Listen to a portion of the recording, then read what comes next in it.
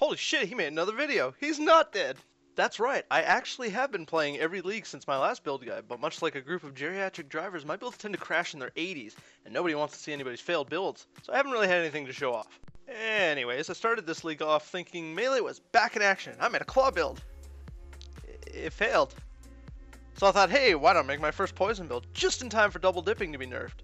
So I decided to make use of one of the new key threshold jewels, Ring of Blades.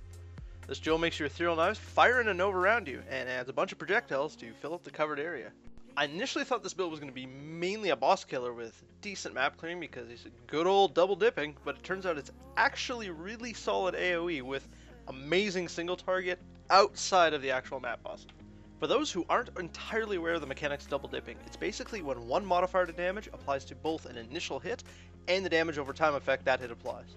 So in this case, for example, 8% damage on a jewel applies to the hit of EK, and then EK itself applies a poison based on the hit.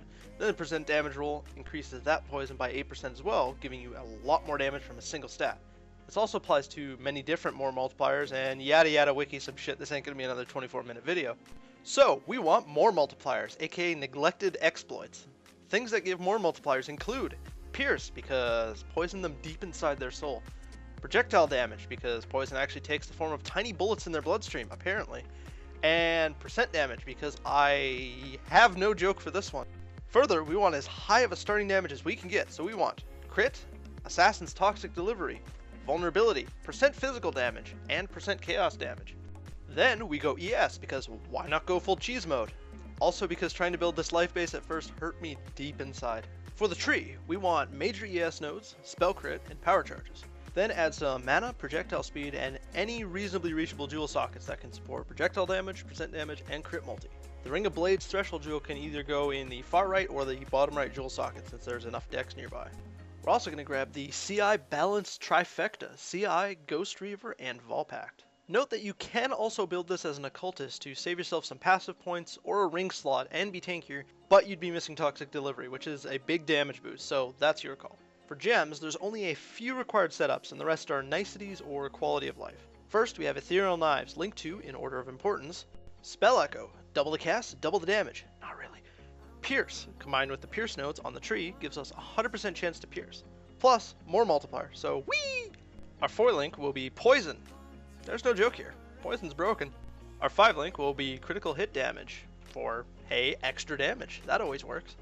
And then finally, our 6th link, if you can get a hold of one, will be Controlled Destruction. It is a more multiplier, but it only applies to spells, so it doesn't actually double dip. Next, you'll want Orb of Storms linked with Power Charge on crit, because there's like no way to generate power charges against bosses, and you need crit to be able to kill them. Then you'll want a Wither Gem linked with Spell Totem and Faster Casting. This stacks up a huge debuff on bosses and single target that lets you do a lot more poison damage. Next, we have our curses, and this is where things get a little weird.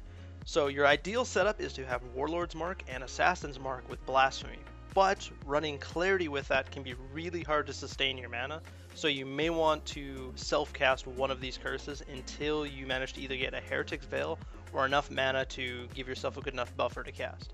For mobility, you can either run Shield Charge or Whirling Blades linked to faster attacks. Mobility creep, never leave the house without it. The rest of your gems involve Vol Haste with increased duration, and then any cast when damage setup you may want. Gear has a few specifics to it, but nothing terribly expensive or hard to get, even for solo self-found. You must have an Eye of Kila amulet, because being in the middle of enemies, you will get stunned and die if you don't. A Kiara's Flask is another option for this, but it is fairly expensive and not necessary at all to the build. You'll also want a Doedre's Damning Ring for a 3rd curse. This isn't required, but it's a big damage boost and a noticeable quality of life. Everything else is basic energy shield, resist, and mana to avoid any issues of running out of mana in a few situations, as you're very leech based and not being able to cast even for a second can sometimes get you killed. You will want some spell crit on your dagger and your shield in order to get close enough to crit cap to make things feel reasonable, because Toxic Delivery relies heavily on crits, and if you don't have enough, you'll notice your poison damage take a big hit. Now it's for the part where we learn how to spend lots of money on this build. A few options you can go for is picking up an Adziri's Flask, which to be fair isn't very expensive but adds a lot of damage and some good leech. You can also pick up a Witchfire Brew. This frees up a curse casting and gives you free vulnerability, and it's a higher level vulnerability as well as additional damage over time. This is a very large damage boost to pick up, but they can be slightly expensive. You'll also want to pick up a Heretic's Veil, as this gives reduced mana reservation for your Blasphemed curses, as well as increasing their radius by a pretty sizable amount. Furthermore, if you want to go big money, you can go low life by picking up a Shavron's Wrappings. Now this is going to be very expensive, and you will most likely want to 6-link it, as you'll lose more damage switching from a 6-link normal ES chest to a Shavron's 5-link if that's all you can afford. The big ticket item for this build is Skyforce Boots, unfortunately. It both frees up Eye of Keula amulet slot for a rare amulet with crit multi, mana, stuff like that, and it also frees up you having to use Assassin's Mark to generate power charges. Remember that none of these expensive items are necessary to the build, they're just simply adding quality of life or a little extra power here and there. You can completely do this build without any of these and it'll work perfectly fine, albeit less efficiently. Overall, I'm very happy with this Threshold Jewel, and while there is some controversy with the direction GGG is going, I think it's making some builds very interesting. Thanks for watching.